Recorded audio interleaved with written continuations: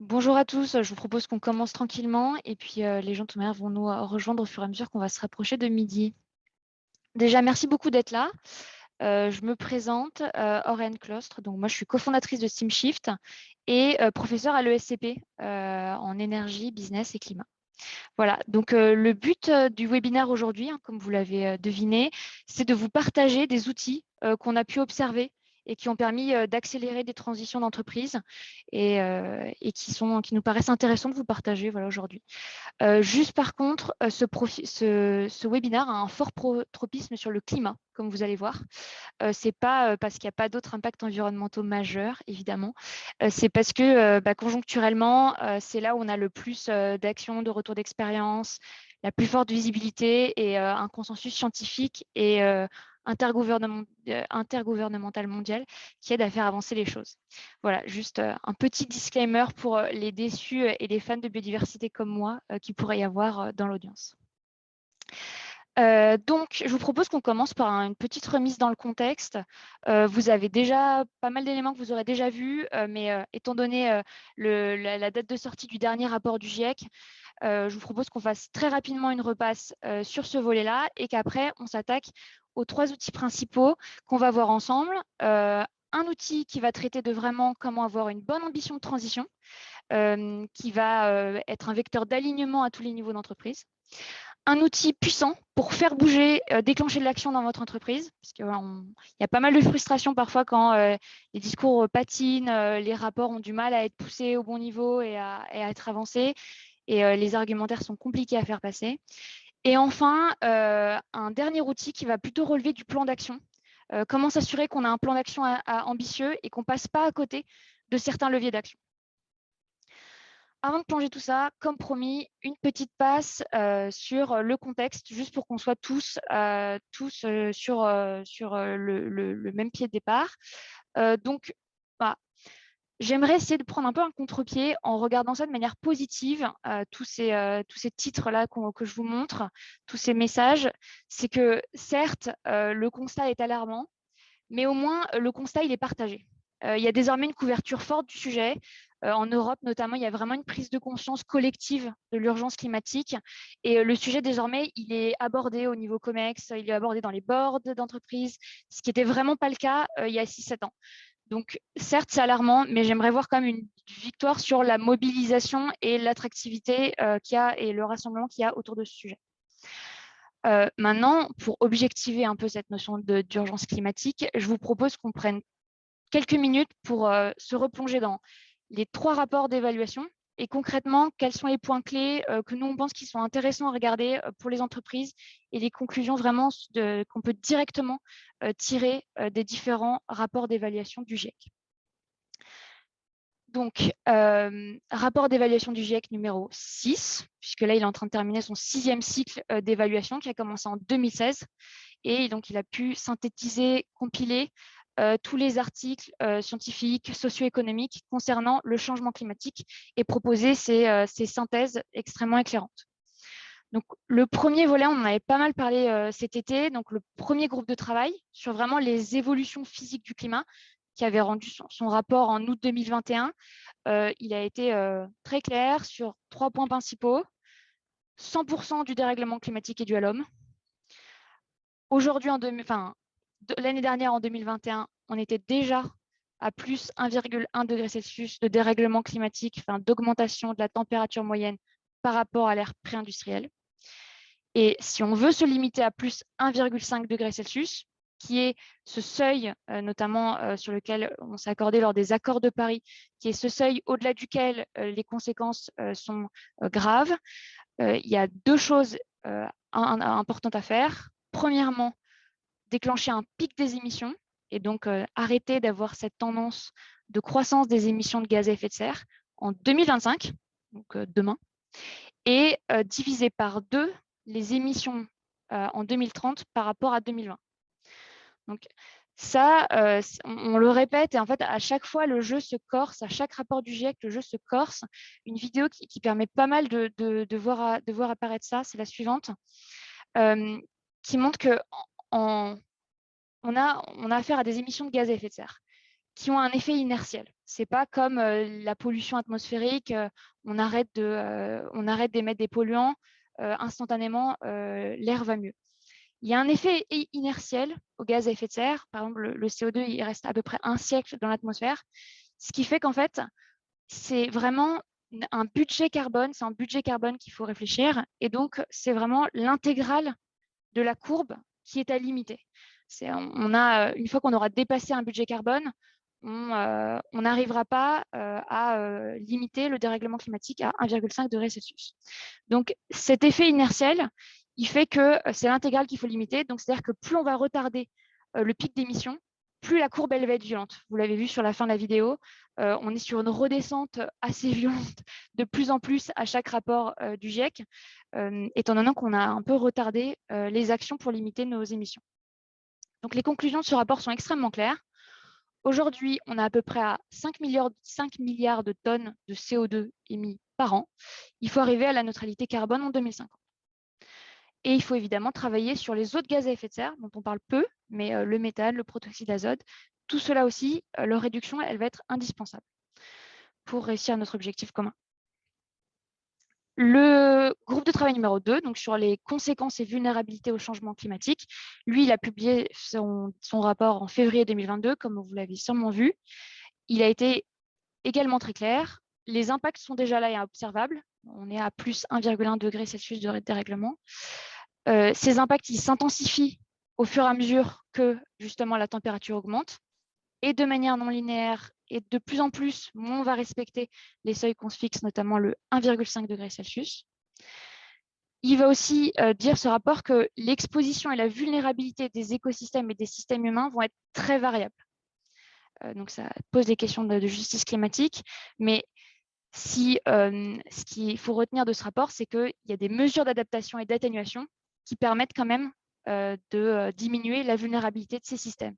Et notamment, et ça, c'est une victoire, la sauvegarde de la biodiversité et des écosystèmes, elle est essentielle pour l'adaptation au changement climatique. Donc, et on voit de plus en plus la préservation de la biodiversité être mentionnée dans les rapports RSE. L'année dernière, c'était à peu près la moitié des entreprises du CAC 40 qui commençaient à avoir des objectifs sur la biodiversité. Donc, ça, concrètement, pour les entreprises, donc là, vous avez le schéma des différentes trajectoires qui sont étudiées par le GIEC, qui sont issues donc, du rapport numéro 1 du GIEC, qui donne, en fait, selon les différentes trajectoires d'émissions de dioxyde de carbone, les différents forçages radiatifs et donc évolution de la température globale. Globalement, les courbes rouges, on est plutôt sur des scénarios et des trajectoires business as usual. On va continuer à fortement dépendre des énergies fossiles et on va émettre beaucoup de dioxyde de carbone, ne pas être dans les objectifs. Et donc, les entreprises, comme tous les systèmes humains, s'exposent à des risques physiques qui vont augmenter si le dérèglement physique augmente. À l'inverse, si on continue à être de plus en plus ambitieux sur la réglementation, sur les transitions d'entreprise, les émissions de gaz à effet de serre et de dioxyde de carbone vont diminuer. Et donc là, on va s'inscrire dans des trajectoires qui sont plus compatibles avec la neutralité carbone. Et ça comporte aussi des risques. C'est-à-dire que vous allez être exposé à des risques de transition. En tout cas, les entreprises qui ne mènent pas la transition de leur secteur vont être exposées à des risques de transition. On parle souvent du prix notamment et de l'accessibilité des ressources, des changements de matières premières. Il y a aussi tout ce qui va être relatif au financement, aux actifs qui vont être échoués parce qu'ils ne vont plus être en phase avec un monde post-carbone, aux évolutions des systèmes de taxation, du marché carbone et évidemment aux risques réputationnels, à changement, perturbation des marchés, changement des consommateurs, des clients. Donc, c'est ça, ce qui est important à retenir, c'est les risques physiques, évidemment, c'est important de les couvrir, de les mesurer et des éléments d'atténuation peuvent être faits.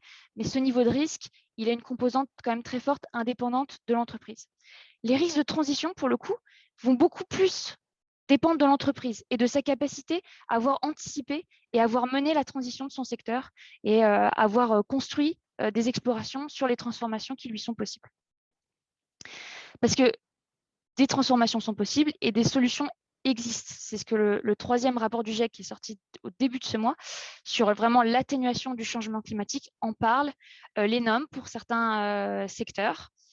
Ce qui est clé dans ce rapport, vraiment, c'est déjà d'être rassuré sur la panel de solutions qui existent et qu'il va falloir mobiliser. J'y reviens tout de suite après. Ce qui est clé dans ce rapport, c'est également le fait que les contributions nationales actuelles, donc c'est-à-dire tous les pays qui sont engagés à respecter les accords de Paris, sont donc engagés à avoir des contributions à l'échelle de leur pays, des contributions nationales, d'où généralement qui sont généralement déclinées en réglementation nationale. Les contributions nationales actuelles limitent à 3,2 degrés le réchauffement. Donc, on n'est pas encore au plus 1,5 degré. Donc, généralement, il va falloir être plus ambitieux que la réglementation. C'est la première chose à retenir. Deuxième chose qui est très importante à retenir, c'est que les flux financiers vont devoir augmenter pour financer la transition, à peu près par un multiplicateur de 3 à 6. Et enfin, une victoire qui a quand même été observée, enfin un élément positif en tout cas, à bien retenir, c'est que des politiques adaptées, notamment d'investissement sur certaines technologies, permettent de baisser leurs coûts unitaires. Et ça, c'est un des éléments qui était important dans ce rapport et qui était observé sur les technologies, notamment relatives à l'électrification. Évidemment, pas le cas de toutes, mais dans certains cas, ça a quand même permis l'accessibilité et une accessibilité économique plus attractive. Il y a 2 points particuliers qui ont été un peu compliqués de vraiment bien identifier étant donné la richesse de ce rapport, mais que j'aimerais vraiment mettre en exergue ici. Le premier point qui est explicite dans ce rapport, c'est que l'exploitation des infrastructures fossiles existantes et planifiées, rien que leur exploitation, sans dire qu'on va même en ouvrir de nouvelles, ça nous amène forcément à dépasser le plus 1,5 degré Celsius. Donc, ce qu'il faut retenir, c'est que on ne va pas pouvoir attendre un pic de production. On ne va pas se dire, non, mais de toute manière, on sera rattrapé quand il y aura une contraction de ces ressources. Ça n'arrivera pas assez vite. Donc, la sortie des énergies fossiles doit vraiment être volontaire, organisée, pilotée. On doit vraiment créer un pic de demande, en fait, et ne pas attendre après, modulo, évidemment, parfois des circonstances géopolitiques, comme on peut le voir actuellement, mais globalement, c'est d'abord et avant tout une sortie volontaire des fossiles qui doit être envisagée. Une deuxième conclusion qui est aussi très importante, c'est parfois, on a souvent des querelles sur la solution pour la transition environnementale. Le rapport du GIEC, il est clair, il y a bien répondu. On n'est pas sur des ou. Ce n'est pas la sobriété contre la capture carbone, contre. Non, non. Vu l'ampleur des changements à faire, encore une fois, 49 milliards de tonnes par an à la neutralité carbone, on est bien sur l'ensemble des solutions.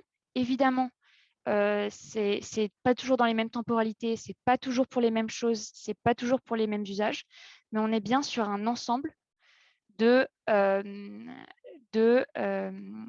conjuguer et la sobriété et les innovations et renforcer les puits carbone naturels, préserver les puits carbone naturels, les augmenter et s'intéresser aussi aux technologies de capture carbone. Je voudrais quand même moduler sur la compensation parce que c'est évidemment, ça c'est important et le GIEC le montre, cette capture carbone, c'est quelque chose qu'il faut mobiliser, mais on voit quand même que c'est souvent sorti en joker magique, si je peux me permettre, de certains rapports RSE d'entreprise, ce qu'on n'arrive pas, ça va être la compensation. Le problème, c'est que si tout le monde fait ça, il faut quand même regarder le potentiel de captation carbone qu'on a. Et concrètement, la captation carbone, on a 2 leviers. On a les leviers naturels, mais qui mettent du temps, qui vont besoin d'être protégés. Enfin, une forêt, pour qu'effectivement elle capte le carbone, ça demande beaucoup de temps, généralement plus de temps que les émissions qui sont faites par les entreprises qui les mobilisent. Et puis la forêt, si elle n'est pas bien entretenue, si elle est brûlée, tout le carbone, il repart tout de suite dans l'atmosphère. Donc, les leviers naturels, c'est lent, il faut les protéger, c'est fragile. La surface aussi, pour y avoir recours, elle est quand même limitée quand on a le défi alimentaire auquel on fait face en ce moment. Et la deuxième chose, ça va être sur les technologies de capture carbone.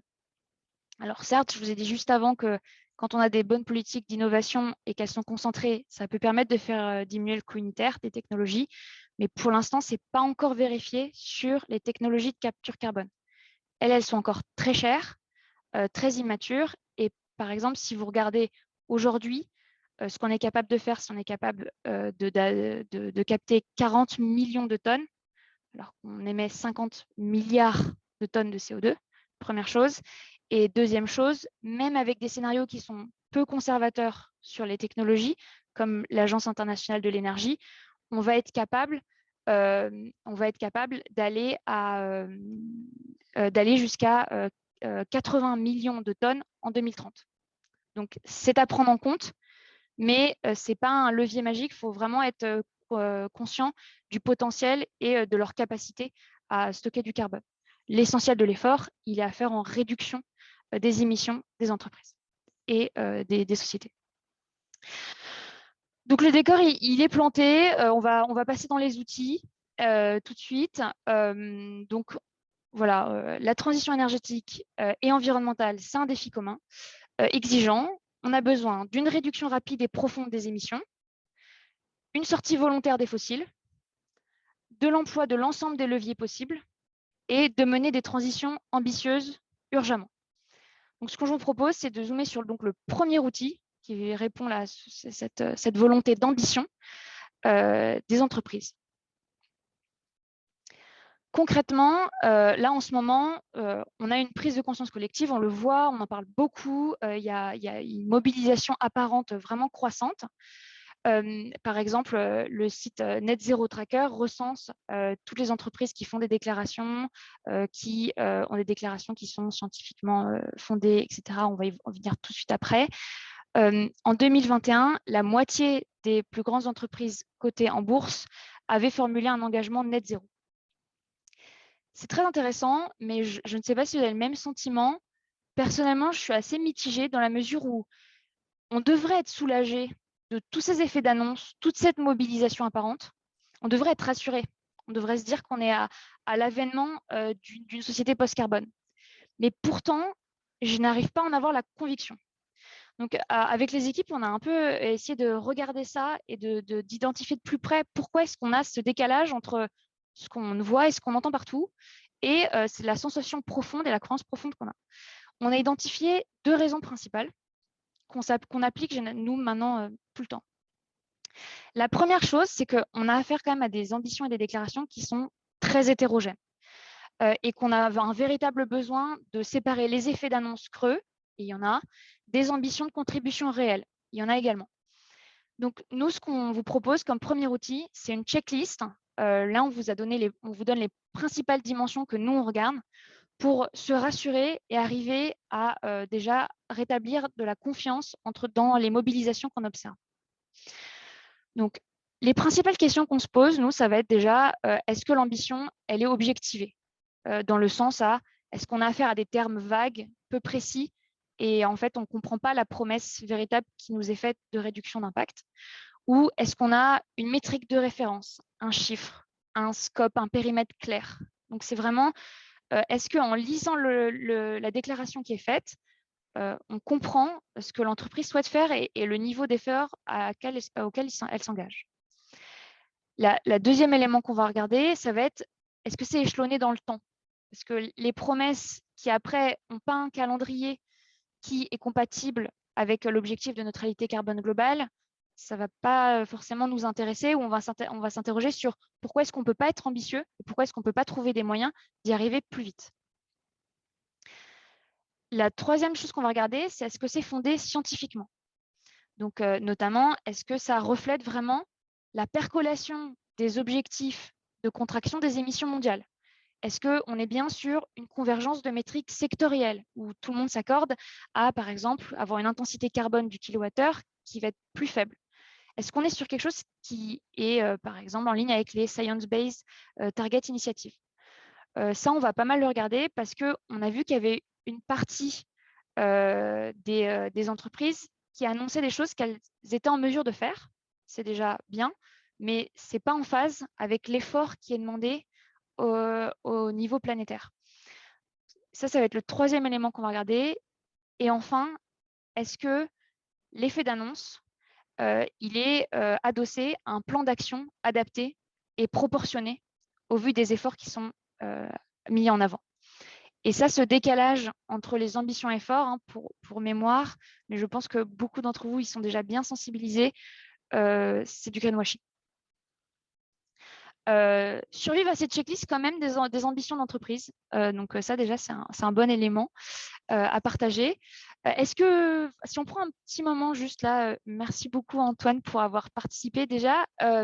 Si on prend un petit moment, est-ce que vous avez déjà en tête l'ambition de votre entreprise en termes, par exemple, de réduction d'empreinte environnementale ou sur d'empreinte carbone ou sur d'autres impacts environnementaux? Et est-ce que vous pouvez répondre oui, non, dans le chat, qu'on essaie d'avoir un petit échantillon de réponses? OK, d'accord. Et merci Olivier. Non, d'accord. Donc, pour ceux qui ont l'ambition en tête, on va être sur la statistique du net zéro tracker, hein, un oui pour un non presque. OK. Ceux qui avaient l'ambition en tête, ça peut être un exercice très intéressant de faire. Est-ce que justement, ils passent cette checklist et comment vous pouvez l'enrichir et proposer des enrichissements si ça ne passe pas cette checklist? Première mesure cette année, SBTI, super. OK, très bien. OK. Ça permet d'objectiver, de proposer des enrichissements à l'ambition et d'avoir quelque chose de plus parlant d'appliquer cette checklist. Donc, une fois qu'on l'a appliqué et qu'on l'a enrichi, on a une ambition de transition qui est objectivée, qui est fondée scientifiquement. Donc, on a retrouvé la confiance dans l'annonce. Mais on s'est rendu compte, toujours avec l'équipe, qu'il manquait encore autre chose. On a une cible d'effort, mais en fait, elle n'est pas incarnée. Si on reste que sur cette ambition de réduction d'empreinte et qu'on fonce, on va être dans la bataille du comment. On va essayer de mobiliser tous les leviers possibles dans tous les sens, mais en fait, on aura oublié une étape, on n'aura pas adressé le pourquoi. Et ça, c'est quelque chose d'assez intéressant à regarder. C'est le narratif de transition. Sans narratif de transition, si on se cantonne à un objectif de réduction, le réflexe, ça va être de garder le même modèle, le modèle établi, et de l'optimiser, de le verdir, de mettre sous contrainte sa chaîne de valeur, son fonctionnement technique, pour vendre à peu près la même chose aux mêmes clients, avec la même chaîne de valeur, avec une meilleure performance environnementale, mais qui est venue comme une contrainte supplémentaire. Et parfois, ça paraît extrêmement douloureux, beaucoup d'efforts, voire même des impossibilités. Et en fait, ce qu'on se rend compte, c'est qu'on n'y croit pas inconsciemment. Parce qu'en fait, on se rend compte qu'on essaie de prolonger des cycles industriels qui nous ont amenés là. On essaye de faire des changements à la marge, en fait, parce qu'on préserve le modèle initial, alors qu'on a un objectif super ambitieux. Un objectif qui demanderait de rebalayer vraiment les cartes et de vraiment s'attaquer au modèle profond de l'entreprise. Concrètement, qu'est-ce que sera l'entreprise de demain? Nous, on ne pense pas que ça va être une évolution linéaire et on ne pense pas que les entreprises aujourd'hui, dans une société post-carbone, ça va être les mêmes activités, le même fonctionnement, la même organisation, les mêmes matériaux, les mêmes process. On pense qu'il faut vraiment s'interroger sur qu'est-ce qu'on veut devenir et qu'est-ce que fait apparaître la transition d'entreprise. En alignant vraiment, ces discussions en plus, elles sont très enrichissantes parce qu'elles permettent d'aligner vraiment le collectif de l'entreprise et d'avoir un sens qui n'est pas que la réduction, qui est essentielle scientifiquement, mais qui peut paraître vidé de sens et surtout une contrainte accumulée en plus. Après, ça ne nous aide pas et ne nous aiguillonne pas pour les leviers et le véritable rôle de l'entreprise vis-à-vis des défis environnementaux. Donc, ce premier outil qu'on vous donne, c'est cette bonne ambition. C'est donc d'avoir une ambition de réduction d'empreinte objectivée pour s'assurer de la cohérence scientifique, qui est évidemment essentielle, et ce narratif de transition désirable pour rassembler l'entreprise. Et ce narratif, il rend l'action et le passage à l'action plus facile, moins lourd. Premier outil. Deuxième outil qu'on voudrait partager avec vous aujourd'hui, parce qu'il a suscité pas mal de réactions dans les entreprises dans lesquelles il a été utilisé. il vient du fait qu'on voit beaucoup de gens qui s'épuisent dans leur entreprise, qui sont pleinement convaincus, qui font des choix personnels et qui sont frustrés de ne pas arriver à faire passer les messages, faire passer leurs convictions.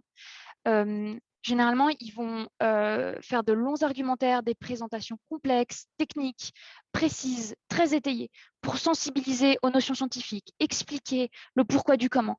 Mais c'est des contenus qui sont dont il est très compliqué de saisir, de se réserver du temps pour le saisir. Et souvent, au niveau des décideurs, il n'y a pas le temps qui est pris pour les consulter et pour les faire exister. C'est assez normal dans la mesure où tous les impacts environnementaux sont en héritage de discours scientifiques. C'est des sujets qui sont scientifiques, qui sont complexes, qui sont systémiques. Les éléments de référence qu'on a tous en tête, par exemple le rapport du GIEC est un excellent exemple, sont des rapports et des articles scientifiques.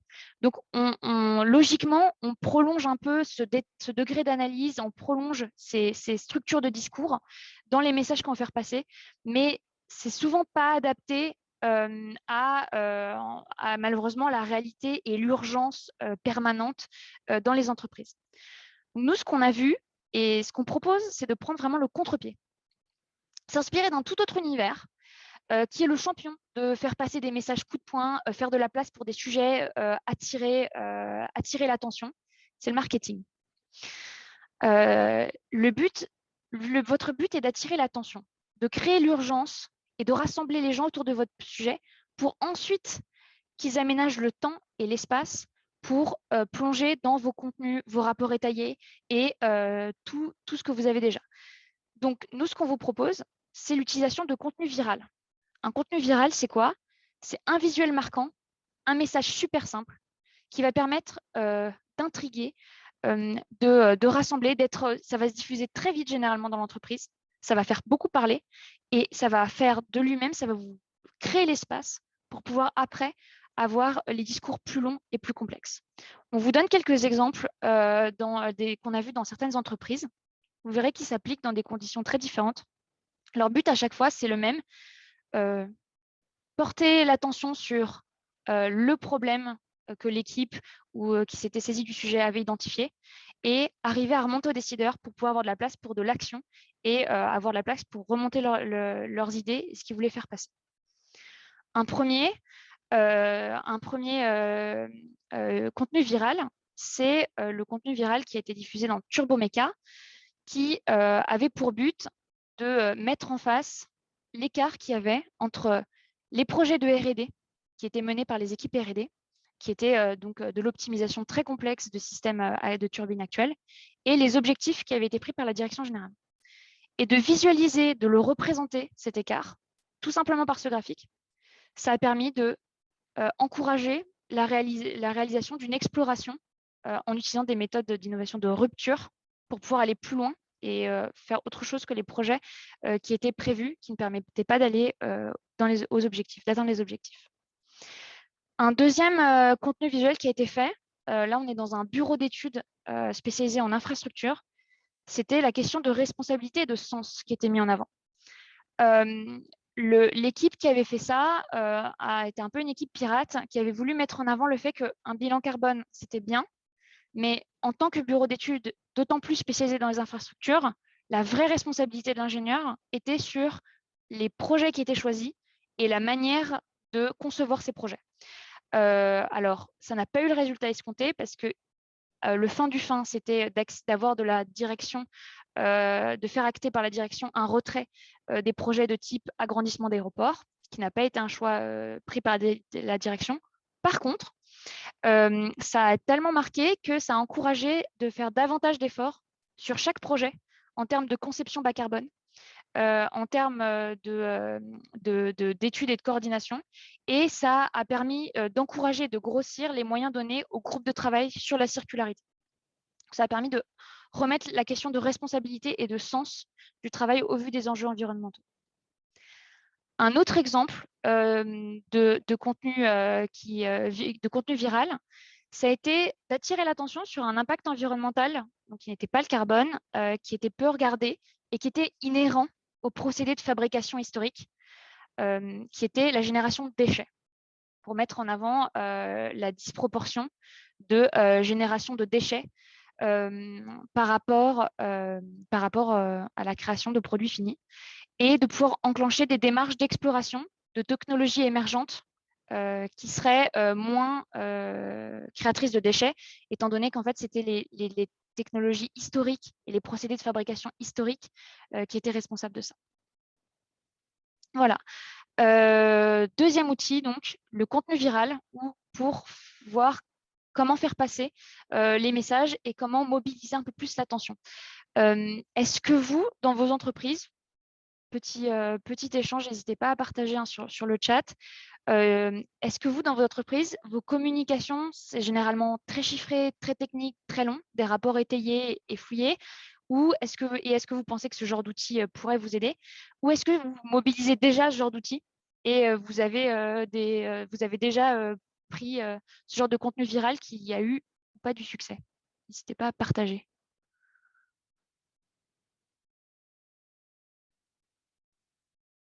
Nous sommes le troisième cas.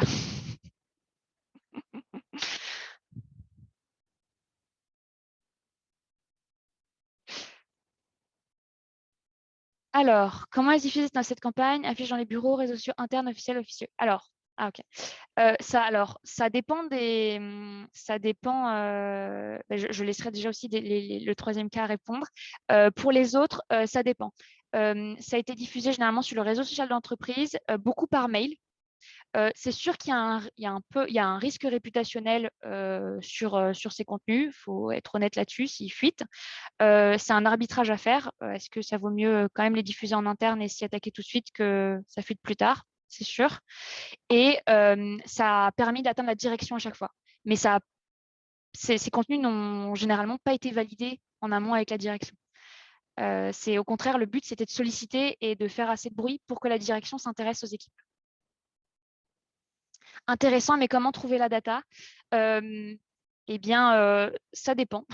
Soit en creusant les reporting RSE qui existent déjà, soit il y a beaucoup d'équipes, notamment dans les équipes ingénieurs R&D qu'on peut voir, qui en fait font déjà, eux, les calculs de comptables. Ils ont déjà des Excel compliqués sur les différents éléments et ils arrivent eux-mêmes à proposer des ordres de grandeur et proposer des datas là-dessus. Le but, en fait, n'est pas d'être exhaustif sur les métriques, c'est de trouver la métrique qui va vous permettre de faire passer votre message. Sur quoi vous voulez faire réagir? Et en fonction de ça, donc, quelle va être l'infographie adaptée? Ceux qui voudront creuser, je vous donnerai un lien pour vous donner des exemples et avoir des conversations individuelles si vous voulez pour creuser ça. C'est un outil très puissant. Je vous propose de passer au dernier outil qui, lui, est lié à une autre problématique qu'on observe. C'est souvent, on rencontre des entreprises, des collaborateurs qui nous disent « on ne va pas assez loin, j'en suis pas sûre, mais je pense qu'on ne va pas assez loin ». Ou « je ne suis pas sûre, mais je pense qu'on n'a pas les bons projets, mais je ne sais pas trop comment l'exprimer ». Et ces intuitions, elles sont un peu compliquées à entendre et c'est normal au niveau de ceux qui sont en charge de ces sujets, au niveau des directions. Donc, nous, on a un peu un outil pour justement arriver à objectiver est-ce que le plan d'action, il est suffisant et est-ce qu'on est sûr qu'on a l'ensemble des leviers. Ce qu'on fait simplement, c'est un diagnostic. Et ça, c'est un exercice qui est super intéressant à faire et qui permet vraiment d'objectiver ce qui se passe dans l'entreprise. Ce qu'on fait, en fait, c'est qu'on va regarder, on va lister, généralement, c'est très intéressant de le co-construire avec les personnes qui sont en charge de ces actions. On va lister les actions qui sont déjà initiées, en s'attachant notamment beaucoup à décrire leur potentiel de réduction d'impact et la temporalité de cette réduction d'impact. Et ça, en fait, on va le comparer à l'ambition de transition qui est généralement fixée par la direction, qui, si dans les cas idéaux, comporte un narratif de transition. Et en fait, l'écart entre ce qui est déjà initié et l'ambition de transition, il est facilement objectivable. Et là, vous allez être capable de dire, généralement, il y a deux choses qu'on est capable rapidement de dire, c'est on aurait épuisé tous les leviers, par exemple, pour les objectifs qu'on a après 2030, on n'a plus rien. Donc, tous nos leviers nous permettent d'arriver jusqu'à 2030, 2035. Après, on n'a plus rien. Ça, c'est une des premières conclusions qu'on entend souvent.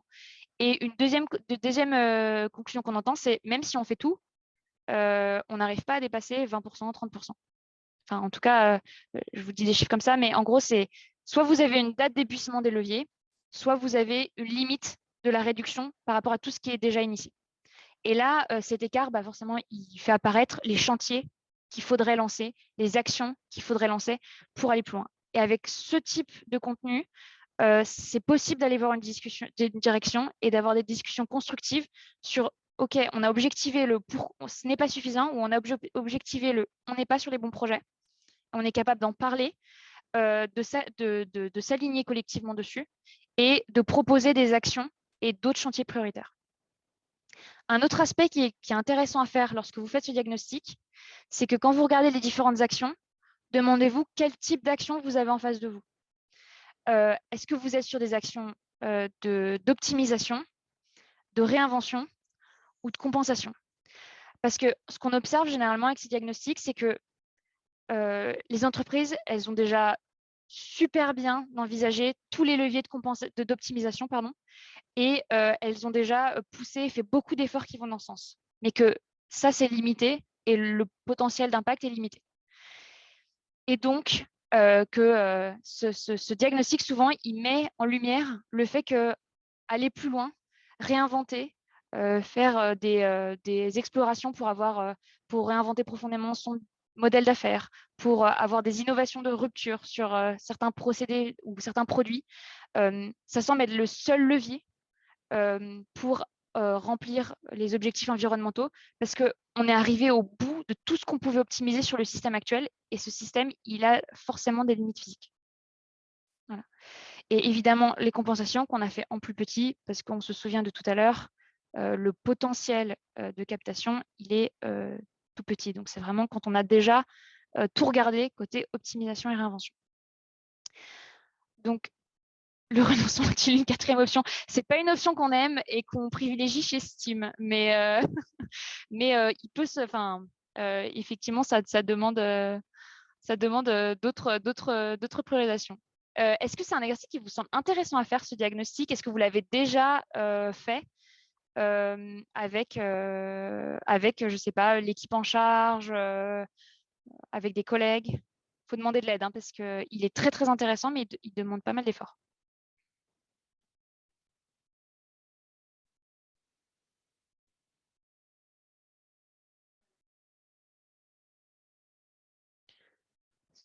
Sachant qu'il peut être fait soit sur un petit périmètre ou de manière moins détaillée dans un premier temps, et après d'un niveau plus global. J'ai peur que non. Vous conseille vraiment de le faire si vous avez ces sensations d'incertitude sur est-ce qu'on est au bon niveau, est-ce qu'on va bien au bout. C'est un exercice qui est vraiment très, très intéressant. Est-ce que vous avez envie de le faire? Parce que j'ai pas l'impression qu'il y a beaucoup de gens qui aient pu le faire.